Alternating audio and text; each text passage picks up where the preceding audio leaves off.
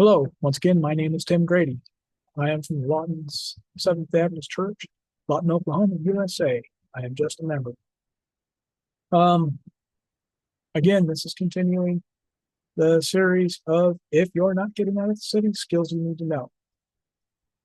I'm going to start with this video, preparing for the time of trouble. This man's channel is, he is a Seventh-Day Adventist. He is extremely knowledgeable on what it takes to prepare for the end times, especially the little time of trouble. Now, he may be going a little further than most. He is not a survivalist. He is very well balanced in what he says, but some of what he says is going further than most people think. I highly recommend this channel. I highly recommend what he's talking about. This is one of the people that he brought forth from his group, putting the square foot garden. Now, this isn't exactly what he talks about in living without electricity, moving it to the country, what to look for when you do the country, and how to prepare for the end time. He's definitely country living. I'm trying to put this for when you are not leaving the city. With that said, I will put a link to this video, and I will also put a link to his video channel in the channel Preparing for the Time of Trouble channel. I highly recommend it, even if you're not moving to the country. The skills he's talking about can be applied whether you're moving to the country or not moving to the country. But the subject today is square foot gardening and applications of that. So with that said, square foot gardening, what it is and what it is not. This lady is a certified instructor in square foot gardening. She's taken the classes, she's taken the, now you don't have to go as far as this lady does, but the concept is you do not need any more than 4 inches of soil to grow most crops. She goes through all of this. I recommend it. And this video is 46 minutes and 55 seconds. I highly recommend you go through this. So let's just do a quick little preview of what she's talking about, what it is not. It's very good about the soil and how to make soil without doing full composting. Now, if you do full composting and then come in with the soil that he's recommending, lay out the boxes, yes, and she covers all of it. And literally, there's a reason why this man made the square foot gardening method. As you can see here, let's keep going through all this. Here's the point where she's making, see these great big sunflowers?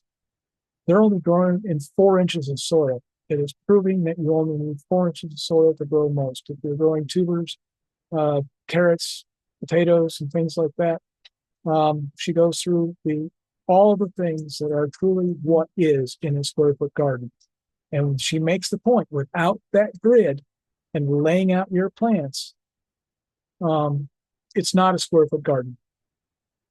Okay, here's where she's starting to make that point at 24 minutes and 5 seconds. She's already made the point when she's going through all the points of it.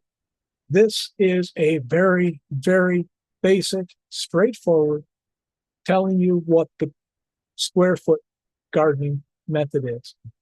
I recommend you get the book. Again, same as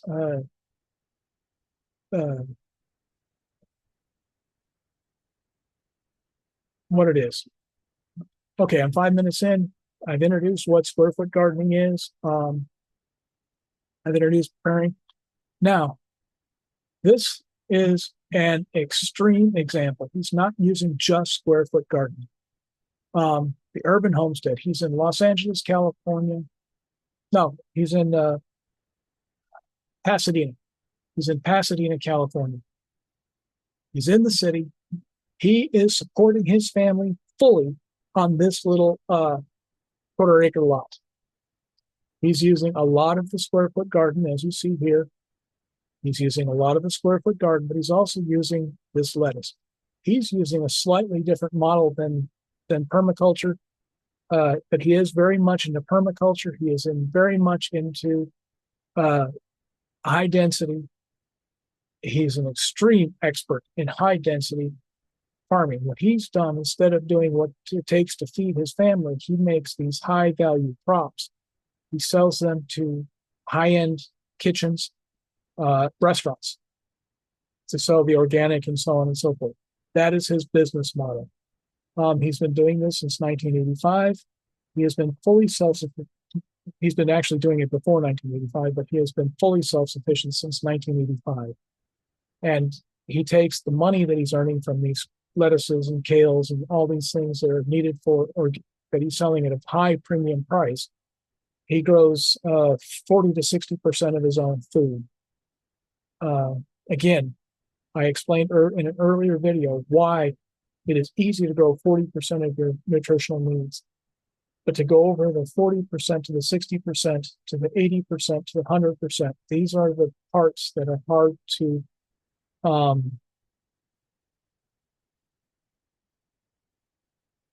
hard to pass through. The 40% is relatively easy. 60%, if you are having something like what he's doing, you can easily get to 60% and not be selling it to the high end market and then taking that money and buying the rice, the beans, the grits, the oatmeal, the whatever.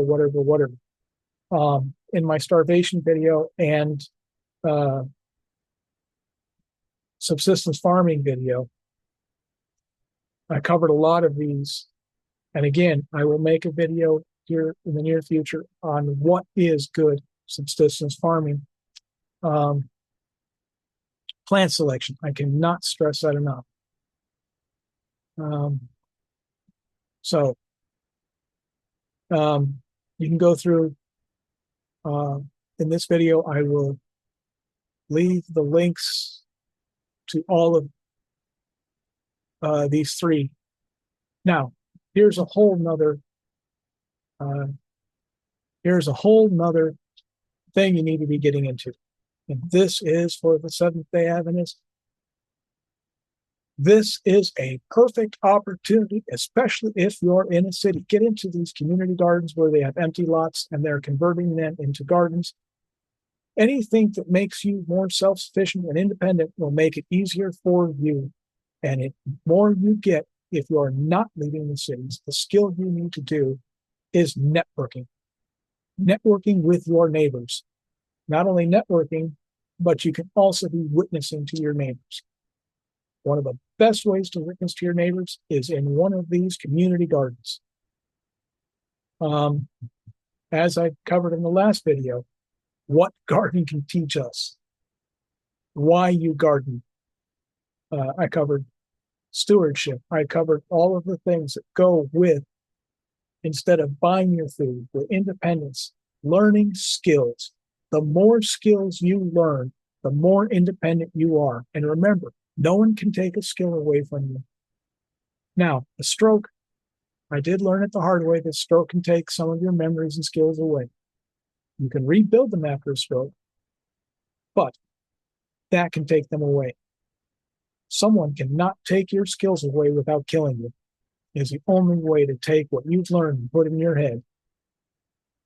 Unless they are going to beat your brains in, which is probably going to kill you, or somehow make it so your brain cannot function, they cannot take your skills away from you. They can put you in prison, but you still have the knowledge that you learned. That knowledge, just like the knowledge of the Bible, just like the knowledge of what is right and wrong cannot be taken away from you. And remember, there will be the true believers with the mark in the head, and the ones that are going along to get along in the end times, the mark in the hand. Remember, God's mark cannot be seen, but there's a mark in the head because that's where the seat of knowledge, reason is. And that is the difference between the mark from someone's actions, betraying God in the end times, and the close of probation. The whole idea of this series is to make you more independent so you cannot buckle under the pressure during the little time of trouble. And anyone that's not doing this, these are good principles. Anyone that is not believing in the little time of trouble and the Seventh-Day Adventist, these are all principles that should be done networking with your neighbors. The stronger we can make our communities, the less we're going to be wanting to turn on each other. I cannot stress that enough. This video has now gone 12 minutes. I wanted to keep it under 7. But of course, I always run a little long. So, today's subject, square foot gardening, another high density method. This is an extreme example of it, of how you can grow a very large percentage of your food and become more independent. And again, I'm going to be making that video shortly of why I believe it is weeks away, months away, and probably not years away for the close of probation for the Seventh-Day Adventist, which is going to be the first Sunday law, the anti-Sabbath law. With that said, I think I've covered enough. Square foot gardening is another high-density gardening method that someone that is not moving to the country should learn. And again, when you garden, you can observe nature. You can learn from nature. You can take what is in Genesis 1 and 2. You can take the rest of Genesis 1 through 11, chapters 1 through 11, and you can apply that to your life. When it talks about the sin and falling and the curse of man, that you will be tilling the ground, and all the things you can learn from gardening, which was my last video. So with that said, out here.